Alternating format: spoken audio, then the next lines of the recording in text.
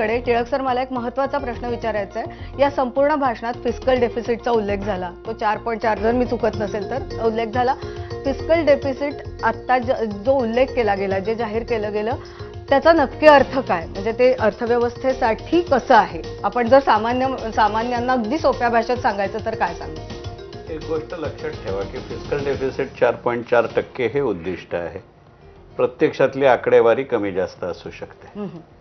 त्याचे संकल्पनात्मक आणि व्यवहारात्मक वेगवेगळे अर्थ आहेत, दोन्ही पाहू.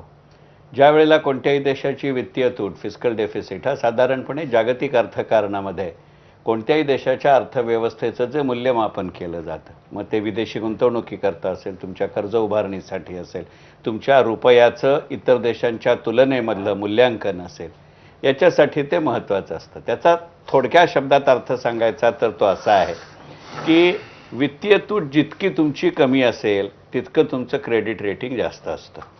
तुमचं क्रेडिट रेटिंग जितकं चांगलं असतं तितकं तुमच्याकडे बघण्याचा दृष्टिकोन, ज्याला मराठीत आपण परसेप्शन म्हणतो, ते जास्त चांगलं असतं. तुमच्या देशाकडे, तुमच्या देशाच्या अर्थव्यवस्थेकडे, तुमच्या देशाच्या सरकारकडे बघण्याचं जर परसेप्शन आणि क्रेडिट रेटिंग चांगलं असेल तर देशांतर्गत आणि देशाबाहेरही जेव्हा तुम्ही कर्ज उभारणी करता तेव्हा तुम्ही कमी व्याजदरांनी करता, हा त्याचा एक अर्थ असतो. दुसरा अर्थ असा असतो की ज्यावेळेला वित्तीय तूट कमी असते त्या प्रमाणामध्ये सरकार म्हणून तुमच्या बाजारामध्ये येऊन पैसे उठवत नाही, म्हणजे तेवढा जास्त पैसा खाजगी क्षेत्राकडे जाऊ शकतो. विशेषतः जे MSME आणि कॉटेज इंडस्ट्रीज आहेत त्यांना तो फायदा होतो. कारण वित्तीय तूट जेव्हा वरच्या पातळीवरती असते तेव्हा ज्याला आपण स्टँडर्ड लेंडिंग रेट आहे, SLR असं म्हणतो, तो वरच्या पातळीवर जातो, त्याचा देशांतर्गत व्याजदरावर परिणाम होतो. हा त्याचा पहिला अर्थ आहे. दुसरा अर्थ साधारणपणे वित्तीय तुटीची चर्चा करण्याचं कारण असं असतं की सरकारनं 4.4 म्हणलं ते एवढ्यात होईल का असं असतं, सरकारनं 5.4 म्हणलं की यांना काय लाज वाटते का असं असतं. तर याच्यामध्ये आपण मगाचपासनं ती 4.4 राहू शकते का याचा विचार करणं मला महत्त्वाचं वाटतं. कारण अर्थसंकल्पीय भाषण झाल्यानंतर जी आपण सगळी चर्चा करतोय त्यातल्या 72 मिनिटाच्या भाषणात अर्थमंत्री काय म्हणाल्या हे म्हटलं, पण अर्थमंत्र्यांनी दोन गोष्टींचा एकदा सुद्धा उल्लेख त्या 72 मिनिटाच्या भाषणात केला नाही आणि ते वित्तीय तूट तुमची किती राहील याच्यासाठी अवलंबून आहे. पहिली गोष्ट, डिसइन्व्हेस्टमेंट नावाचा शब्दच संपूर्ण भाषणात नाहीये, कालच्या अर्थसंकल्पपूर्व आढाव्यात नाहीये, पण हे पहिल्यांदा होत नाहीये. 2019 नंतरच्या कुठच्याही अर्थसंकल्पीय भाषणामध्ये, अर्थसंकल्पीय भाषण बजेट स्पीचमध्ये डिसइन्व्हेस्टमेंट हा विषय आलेला नाही. एकंदरीतच मोदी जेव्हा गुजरातचे मुख्यमंत्री होते तेव्हाची जर कारकीर्द लक्षात घेतली तर होता होई तो सरकारी कंपनीची स्ट्रॅटेजिक सेल ज्याला आपण म्हणतो अशी विक्री करण्यापेक्षा तो प्रॉफिटमध्ये आणण्याकडे लक्ष असतं. तशा पद्धतीचं झालं तर सरकारी तूट आपोआप कमी होते. कारण आजही ज्या सरकारी कंपन्या बाजारात लिस्टेड आहेत त्यातलं किमान 89% वाटा हा केंद्र सरकारचा असतो. एक मिनिट.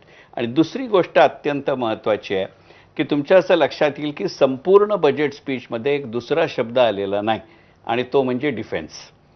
डिफेन्स हा शब्द यंदाच्या अर्थसंकल्पासाठी अशासाठी महत्त्वाचा आहे की जेव्हा जून 2024मध्ये मोदी सरकारचा तिसरा कालखंड सुरू झाला तेव्हा राजनाथ सिंग आपले संरक्षण मंत्री असं म्हणाले होते की सध्या सुरू असलेल्या आर्थिक वर्षामध्ये संरक्षणाच्या एक्सपोर्टपासून आपली देशाची अर्थव्यवस्था 65,000 कोटी रुपये मिळवेल.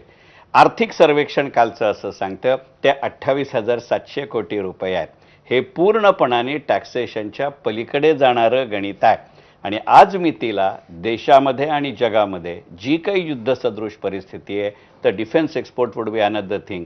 आणि ह्या तीन दृष्टीने महत्त्वाचं आहे. टॅक्स म्हणून महत्त्वाचं आहे, एक्सपोर्ट म्हणून महत्त्वाचं आहे आणि डिफेन्समध्ये फक्त HAL, Mazagon dock, BEL, BDL याच कंपन्या काम करतात असं नाही. त्यांचे जे सपोर्ट सिस्टम्स आहेत ते सगळं आपल्या देशातल्या खाजगी क्षेत्रातल्या MSMEला दिलेत. म्हणजे साधं उदाहरण घ्या की एका सबमरीनला 1378 सेन्सर्स लागतात. ते सेन्सर्स आपल्या देशामध्ये 2,500 MSME बनवतात. हे जर गणित लक्षात घेतलं तर तुमच्या वित्तीय तुटीचं महत्त्व लक्षात येतं. नाही, खरंच म्हणजे हा खूप एक महत्त्वाचा